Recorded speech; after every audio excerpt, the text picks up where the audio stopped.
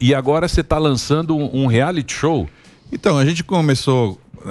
eu assumi a presidência da Fundação João Mangabeira, que é a presidente do meu partido. E aí comecei a perceber que nós temos um problema grave, que você às vezes elege prefeitos, governadores e não tem jovens preparados para exercício de funções públicas. Todo mundo quer fazer política, mas a pessoa fala assim, vem cá, você sabe redigir um termo técnico específico sobre organização social? Não sei. Sabe fazer uma licitação? Não sei. Sabe olhar um dado econômico? Não sei. Então a pessoa gosta de política, mas não sabe tecnicamente. Aí abrimos uma faculdade de gestão pública e demos 600 vagas gratuitas de tecnólogo em gestão pública na Fundação. Vão ser 600 por semestre.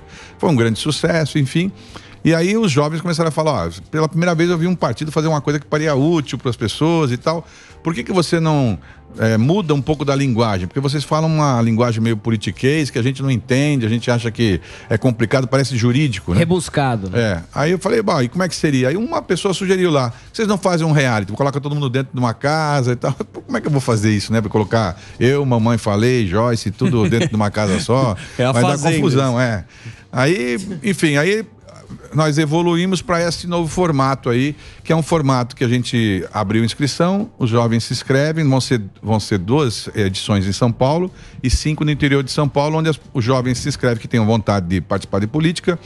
A gente dá temas para eles, depois é claro que tem uma seleção, foram mais de 10 mil inscritos, depois nós fomos para 180, pegamos o vídeo de todo mundo, selecionamos 12 e trouxemos, ficam isolados uma semana no hotel, todos os 12 já ganham um curso da faculdade, uma bolsa de faculdade, e depois eles vão para um embate sobre temas diversos assim da vida corrente, tipo aborto, a favor ou contra, sei lá, maioridade penal, a favor ou contra, improbidade administrativa, tem que ser com dolo ou só com culpa? Parece coisa complicada, mas faz parte do dia a dia, né? Mas e aí trouxe jurados famosos.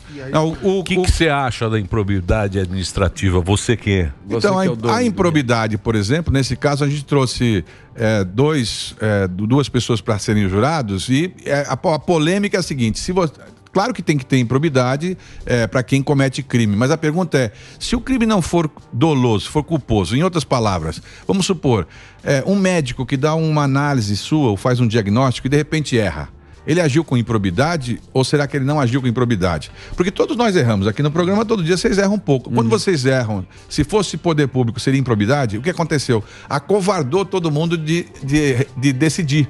No poder público, todo mundo ficou com medo de decidir, né? Mas é difícil, né? Você provar que tem dolo também. É difícil, mas essa é a tarefa do Ministério Público. Na prática, quase ninguém vai provar dolo. Não, né? Mas tem que demonstrar. Por exemplo, a gente já teve casos que claro, com dolo, claro, que tem caso com dolo. Se você pegar que a pessoa transferiu dinheiro e colocou na conta, isso tem dolo. Mas, por exemplo, servidor público, vamos pôr um promotor ou um juiz. Vamos pegar um juiz, que é o caso mais famoso, que é o mais alto cargo, né, do serviço público. Um juiz que dá uma sentença errada porque ele errou. Ele praticou improbidade? Não, ele pode ter errado, ele analisou errado. Tanto ele errou que muitas vezes um juiz tem a sua sentença reformada no tribunal. Um promotor tem às vezes uma denúncia recusada por um juiz. Isso não é improbidade. A palavra improbidade estava usada muito abertamente. Improbo é aquela pessoa que tem a intenção de ter um benefício pessoal ou de prejudicar o dinheiro público, vamos dizer assim. Agora, acontecia muito das pessoas, muitas cidades do interior, você sabe disso, por ele é farmacêutico famoso e tal, se elege prefeito.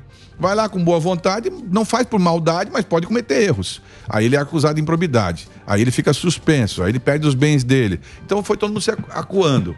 E essa foi a polêmica, né? Uma das moças, inclusive no debate lá no reality, tinha um prefeito, um ex-prefeito na mesa, e ela falou assim, aqui, eu tô com uma sentença do senhor de improbidade de anos atrás, para argumentar, né? Aí todo mundo se assustou e ela falou assim, agora eu tô aqui quando o senhor foi absolvido, 2 anos depois, olha o tamaninho do que saiu na imprensa da sua absolvição. Ou seja, a condenação pública, ela às vezes espinafra a vida do cara e depois você não tem como falar, não, eu errei, me desculpe. Sim, mas é a vida do sujeito, né? A acusação é maior do que a inocência. Claro, e a palavra, né? Improbidade. Então, a adequação que foi feita foi para isso, para tentar tirar essa conotação. Ela endureceu a pena, quando você acusa e comprova o dolo, ela endureceu a pena, ela aumentou, inclusive, prazos de prescrição, mas tem que ter o dolo, tem que ter a intenção de prejudicar, não pode ser por erro, entendeu? Então, esse é um assunto, mas, por exemplo, absorvente em cesta básica, que era um tema que polemizou também. Tudo bem, é necessário absorvente, mas e pasta de dente também é necessário? Por que tem só absorvente? Aí as explicações, claro, de quem defende. Não, absorvente tem muita gente que não vai nem trabalhar, meninas que não podem trabalhar, não podem nem sair de manhã cedo de vergonha porque não tem um absorvente. É claro que não é uma coisa normal. Por que custa colocar lá? Não custa. Mas tem gente também... dinheiro. Isso, mas custa dinheiro. Então aí você vai ter que ter, além do dinheiro, você vai comparar com outras coisas. Por que não pasta de dente? Pasta de dente é necessário? É necessário, né? Higiene também, então, enfim, é para mostrar para o jovem que tem polêmica em qualquer assunto. Se você quiser, você encontra bons argumentos de um lado e bons argumentos do outro. E aí tem um detalhe no reality. Eles não sabiam se eles iam falar contra ou a favor. Era sorteado antes. E aí, de repente, o sujeito era a favor e tinha que falar contra, para ver a capacidade de argumentação. Fizemos os 5, gravamos os 5, agora estamos editando, na outra semana vai para o ar, e aí você e todo mundo de casa pode olhar o reality e depois também trazer de volta um dos que foram derrotados, que saíram, eles vão ter uma repescagem. Os 3 finais vão para a final, nós vamos ter essas 5 fases aí que eu falei, 6 fases, aliás, no interior e na capital, e depois o grande vencedor escolhe um lugar, uma universidade que a gente vai pagar, além dessa aí, uma outra, em qualquer lugar do país ou do mundo, e a gente arrumou um carro para dar, um carro 0 km para quem ganhar também, que é legal. Hein? É tipo um aprendiz, assim. É um aprendiz. Ao invés de demitir, você fala, você tá impeachmentado. É isso aí. Não, e claro que muita gente fala assim, você vai ter que ser candidato, você gostou da história, e muitos até que perderam, falaram, olha, adorei, eu quero ser candidato, enfim. A gente não tinha ninguém filiado no meu partido, então a gente, aliás, excluiu os que eram do meu partido, para não ter esse impacto, né?